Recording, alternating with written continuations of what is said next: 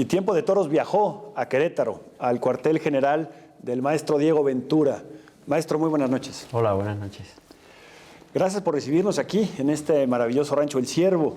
Pero vámonos atrás en su vida. ¿A qué edad se subió por primera vez a un caballo? Bueno, comencé a montar con 5 años, ya que mi padre también era rejonador y desde muy niño empecé a montar. A los 6 empecé a torear becerras, pero todo como un hobby, ¿no? Como una afición que tenía y porque me encantaba montar a caballo. ¿En dónde fue esto?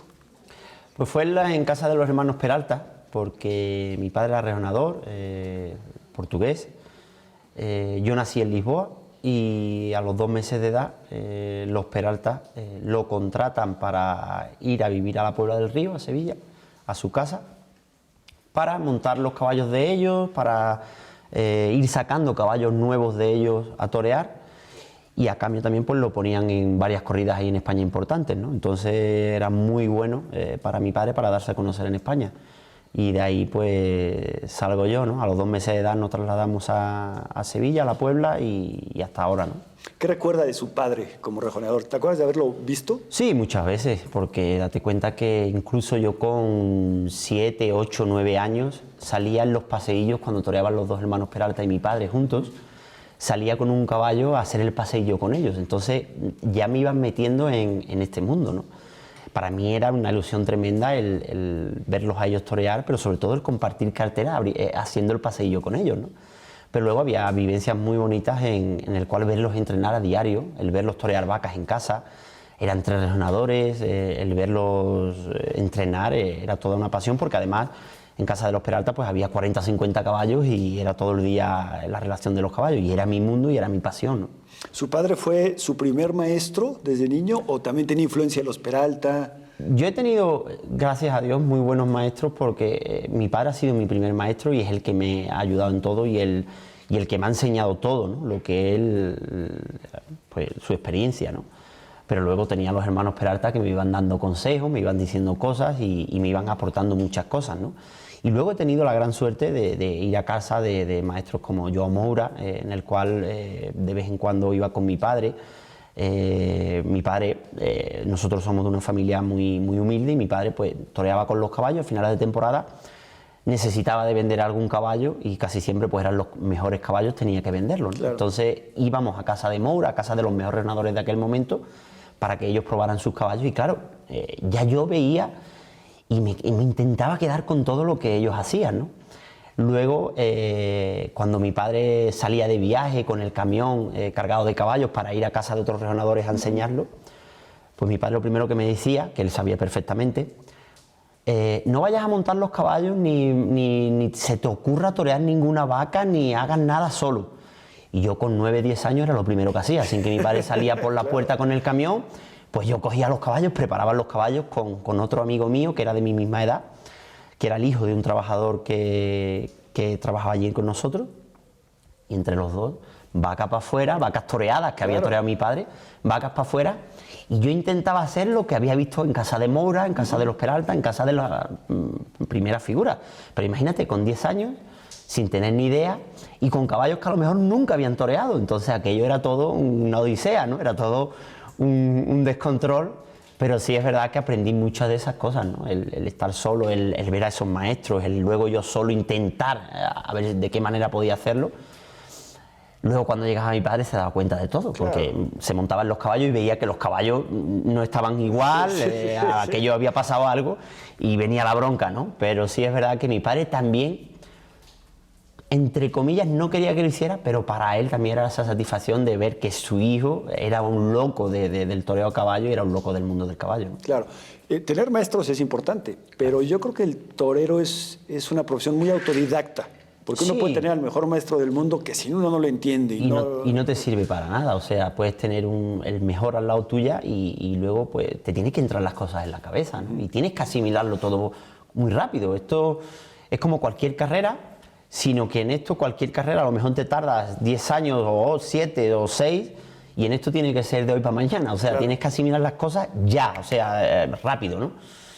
Y fíjate que quizás los maestros más importantes que a mí más me ayudaron y que más han hecho evolucionar como torero han sido mis grandes rivales.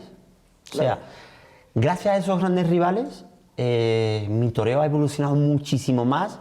Yo veía a esos grandes maestros que eran mis grandes rivales, como podía ser Fermín Borque, como podía ser Pablo Hermoso, como podía ser los hermanos Domé. Y claro, yo veía que ellos tenían unos caballos súper buenos, hacían cosas a los toros increíbles, y nosotros que veníamos de familia humilde, pues con unos caballitos que no eran de esos niveles, pero yo quería eso, quería ese nivel, ¿no? Claro. Entonces, esos grandes rivales que he tenido, quizás han sido los mejores maestros que he tenido, porque yo quería rebasar aquello y quería superar aquello, ¿no? Y no era fácil y era muy complicado, pero sí a base de mucho trabajo, de mucho esfuerzo, de montar muchísimo, con la edad de 14, 15 años, que era cuando comencé a torear, pues cuando mis amigos estaban en el cine o estaban de copas por la noche o estaban por ahí, claro, pues yo estaba en mi casa encerrado montando caballo y con la mentalidad puesta en el día siguiente porque quería hacer algo que había visto en un vídeo a un gran rejonador, ¿no? Entonces, quieras que no, he tenido muy buenos maestros, pero quizás esa rivalidad que he podido tener con muchos rejonadores ha sido la mejor maestro que he podido tener. Porque además el rejoneo tiene una evolución muy importante exactamente en ese punto. Con los hermanos Peralta, que fueron figuras, con su padre, el rejoneo era distinto. Totalmente. ¿En qué ha cambiado aquel rejoneo a ese punto de inflexión de los hermanos Domecq, de Borges, de Pablo Hermoso? Pues mira, ha cambiado muchísimo, pero hay muchas cosas que yo a día de hoy intento sacar de lo antiguo, ¿no? Creo que como en el toreo a pie. El toreo a pie ha evolucionado muchísimo. Muchísimo. Pero creo que todas las figuras, cuando tienen un bache o cuando quieren innovar o cuando quieren salir con algo diferente, vuelven a los cimientos de abajo. O sea, intentan siempre mirar lo antiguo, hacer cosas antiguas y amordarlo a las heterodoxias de hoy en día, a los tiempos de hoy en día y al toreo de hoy en día. Por ejemplo, el par sin cabezada era un par que ya existía de hace muchísimos años, toreros muy antiguos, pero no con la perfección que lo puedo hacer ahora. Entonces, claro, yo intenté siempre salir de esas cenizas, sacar esas suertes antiguas que no eran tan perfectas, también por el toro que antes se toreaba, ¿no? Y por la embestida del toro de antiguo, ¿no? Y el toro que se le designaba a los rejoneadores. Totalmente, no era un toro escogido. Era otro mundo, ¿no? Pero yo estoy totalmente convencido y me alegro mucho de que si no llega a ser por esos grandes rejonadores como Álvaro Domé, Manuel Vidrié, los Peralta, Lupi, muchos rejonadores antiguos que dieron el gran paso para que luego llegara Moura, claro, que para mí Moura es el Juan Belmonte del toreo, es el que empieza a cambiar todo, y luego vienen rejonadores como Pablo Hermoso que le dan un cambio, un vuelco a esto, sobre todo en lo que es el tema ganaderías, categoría de decir, pues bueno, ya los rejonadores, en vez de ser corridas de 4 rejonadores y torear en colleras, pues ya empieza a ser terna como matadores de toros a pie, ya se empieza un poco a revalidar la alternativa, ya se empieza a escoger ganaderías buenos para el toreo a caballo, y todo eso viene influido de la mano de Pablo Hermoso, ¿no? En su formación, ¿qué le preocupaba más a su padre? ¿Hacerlo buen jinete o hacerlo también buen torero y que ya empezara a entender distancias, terrenos? Todo. Sobre todo, fíjate que mi padre ha sido un luchador, ¿no? Tremendo, ¿no? Y cuando yo comenzaba ha sido muy duro porque él no ha sido, digamos, un buen maestro en el sentido de explicar las cosas con calma. O sea, él era súper exigente y se enfadaba muchísimo y te gritaba muchísimo porque lo que para él era fácil, para mí era muy complicado, que era un niño. Pero claro, nosotros veníamos de una familia humilde y nosotros teníamos que aprender las cosas de ya. Y luego mi padre compraba los caballos resabiados, que eran los baratos, los económicos, de otros rejonadores, caballos que habían sido a lo mejor muy buenos, pero que estaban en una fase muy mala, y teníamos que mejorarlo y teníamos que ponerlo a funcionar. Claro, muchas veces me montaba yo y él quería que corrigiese esos caballos, dándome en la clase, ¿no? Pero era muy difícil, ¿no? Porque claro, eran caballos resabiados, caballos que habían sido de figurones del toreo, que eran grandes genios, y que ahora un niño con 14, 15 años tenía que torear en esos caballos por obligación, porque no teníamos para no comprar había uno bueno. Claro. Y claro, mi padre quería que aquello funcionase, que yo rompiese, sobre todo que todo empezara a funcionar, ¿no? Y quería lo mejor para mí. Pero claro, eran momentos muy duros y que en un niño ahora... Antiguamente no lo entendía y lloraba muchísimo y me apenaba muchísimo, incluso hubo muchas veces de querer dejar de torear. Por eso, y luego más adelante en otras fases, por cómo estaba el sistema y no dejarte hueco de poder entrar en feria, pero sobre todo por eso, ¿no? Y ahora le doy gracias a Dios que mi padre haya sido así, porque gracias a esa exigencia ha sido lo que yo he podido evolucionar, lo que he podido seguirme yo mismo, lo que cuando mi padre me daba una bronca me iba para casa llorando y con 13, 14 años y me encerraba en un cuarto y yo mismo me mentalizaba, yo voy a ser capaz de hacer eso, o sea, voy a demostrarle que soy capaz de hacer eso. Y al día siguiente, pues a las 8 de la mañana, sin que mi padre estuviera todavía en la cuadra, ya estaba yo montando un caballo para intentar hacer lo que no había sido capaz del día antes, ¿no? Claro, en profesiones como la del toreo y la del rejoneo, la disciplina y la exigencia es fundamental. Aquí no puede haber un momento de desmayo. Yo creo que todo en la vida, o sea, el tenista, el futbolista, cualquier persona que se dedique a algo para llegar a ser lo que uno quiere ser, un grande, se necesita de mucha disciplina, de muchas horas, de mucho sacrificio, pero siempre con esa pasión y siempre con las ganas y sobre todo no creértelo, ¿no? Siempre decir, bueno, siempre hay cosas nuevas y ahora mismo es un momento muy dulce para mí, pero vendrá un niño nuevo en el que me diga, oye, se te acabó tu tiempo y me toca a mí, ¿no? Y creo que es lo bonito de la fiesta, ¿no? De la fiesta y de la vida en general, ¿no? De que haya generaciones nuevas que vengan con cosas diferentes, ¿no? Claro. Vamos a ver qué nos ha preparado Rodrigo Vargas en esta importante semana para la defensa de la tauromaquia. El pasado martes se realizó en la Ciudad de México una marcha denominada En defensa de nuestras tradiciones y fuentes de empleo, que se llevó a cabo ante un nutrido grupo que comenzó a darse cita en el Monumento a la Revolución. Más de 20.000 personas marcharon de forma pacífica y dentro del contingente taurino se pudo ver una gran cantidad de matadores, novilleros, ganaderos, empresarios, subalternos, niños toreros y aficionados a la fiesta de los toros. Todos ellos unidos, solicitando el respeto para la tauromaquia y otras tradiciones mexicanas que no se pueden perder. Para el financiero Bloomberg, Rodrigo Vargas y Casa.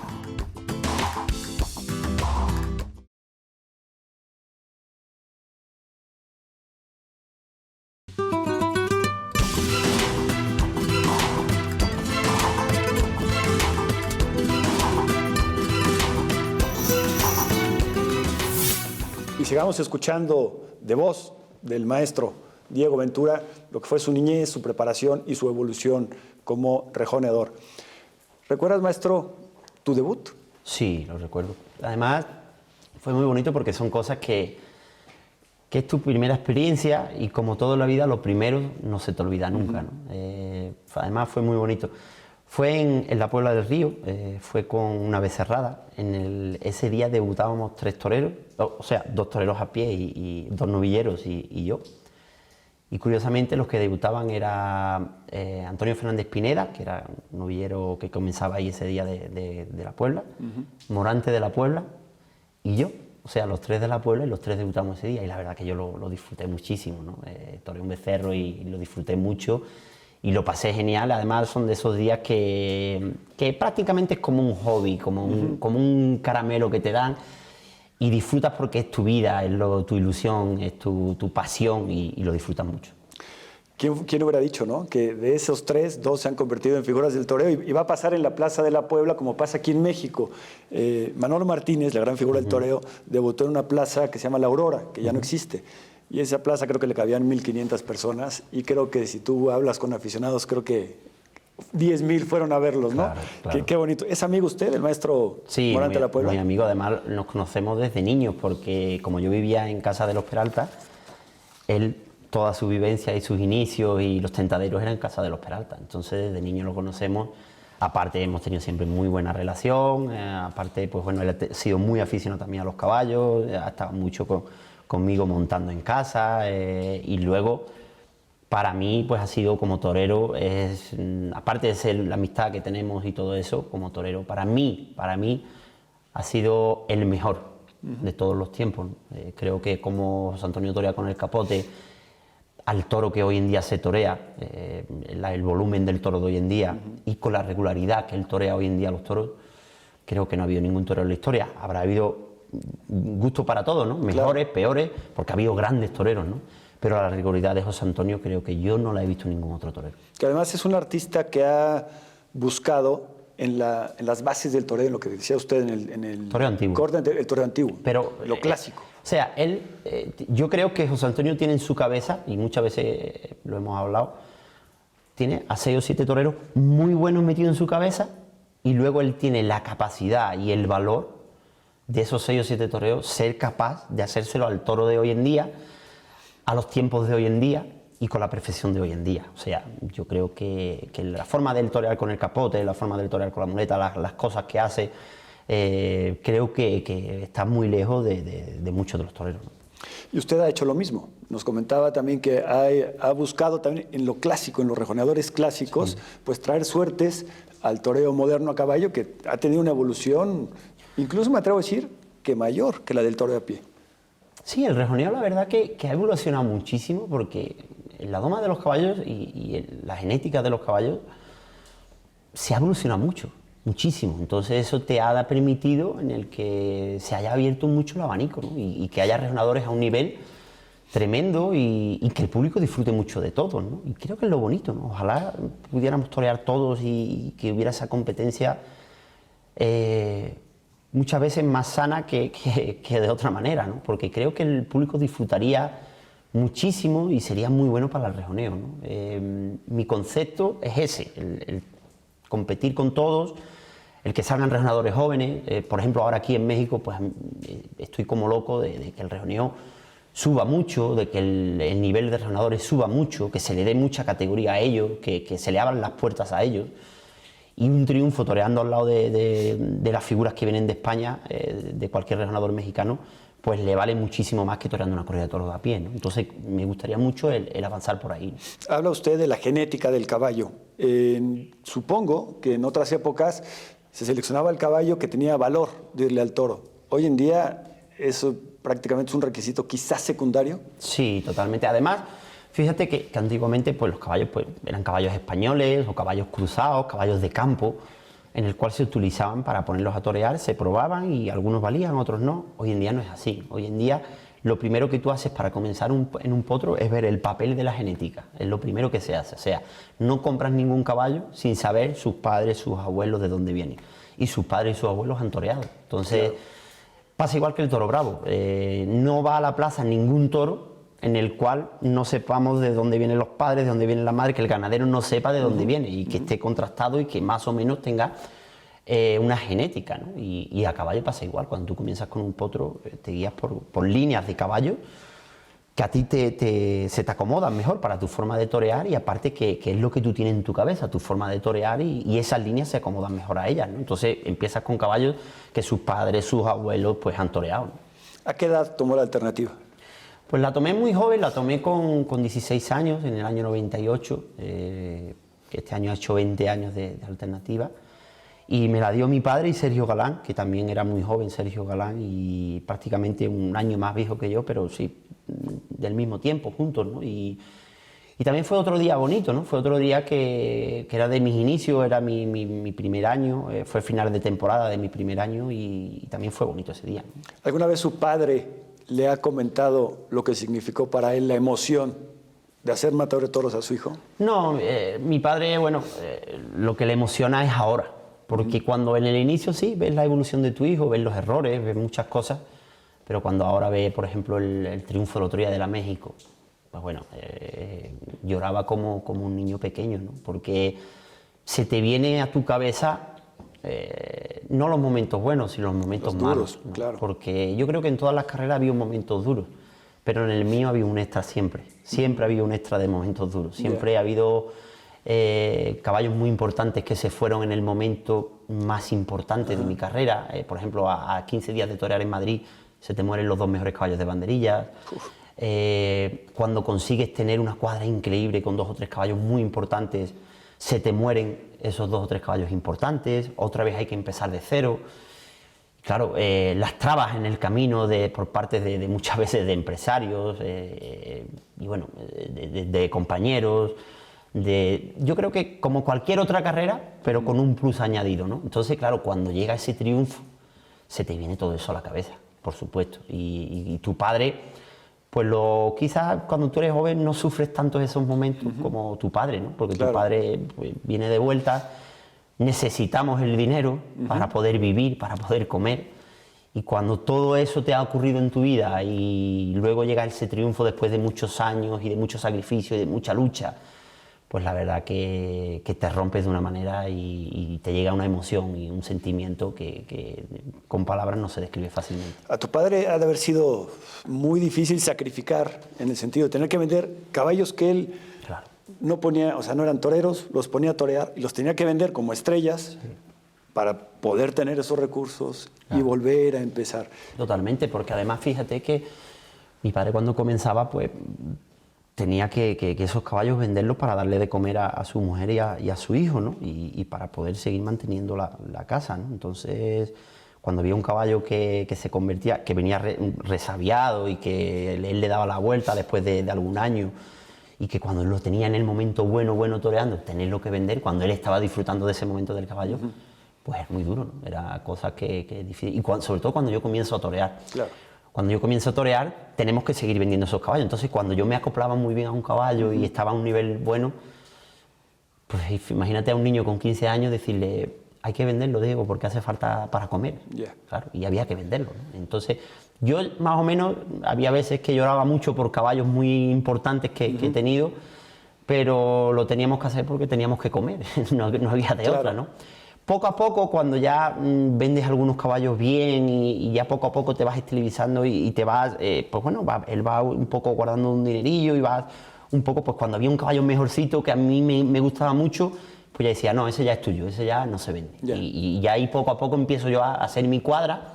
Pero lo que te decía, ahí empiezo después, cuando ya tengo mi cuadra, se me va muriendo algún caballo importante y hay que empezar otra vez de cero y la verdad que son momentos muy duros. Hemos hablado mucho de su padre, pero su madre en esta familia juega un papel fundamental, porque detrás de un gran hombre siempre hay una mujer importante. Me llamó mucho la atención el domingo, cuando era la apoteosis en la Plaza México, lo plantada que estaba su madre en una barrera.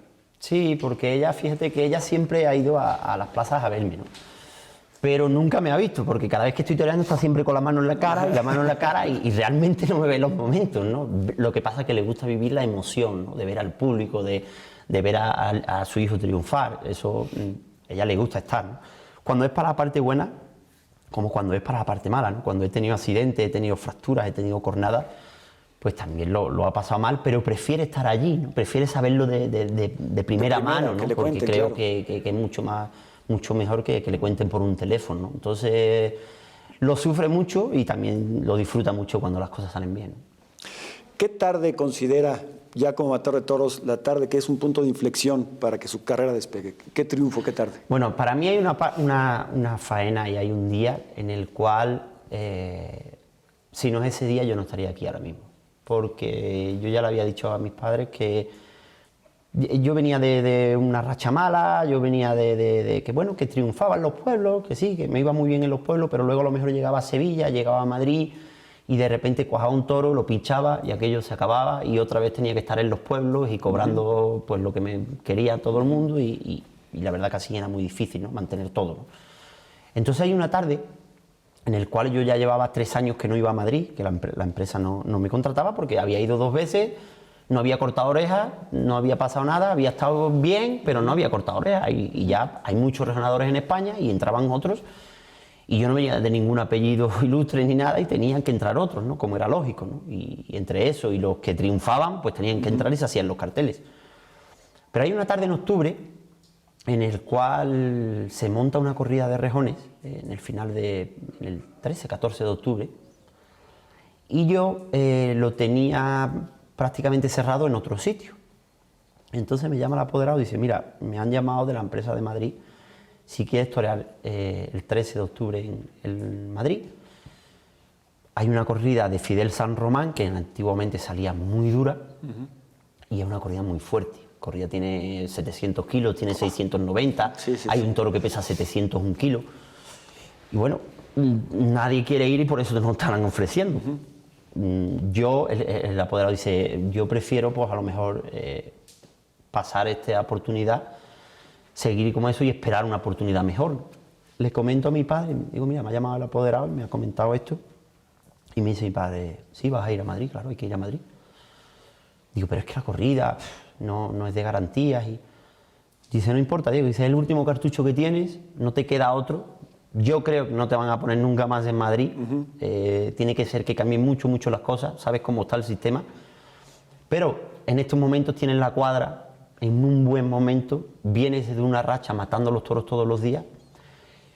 Y yo soy tú y va ahora. O es ahora o no es nunca. O quizá nunca, claro. Y yo digo, mira, pues vamos para adelante y si salen las cosas bien, bien.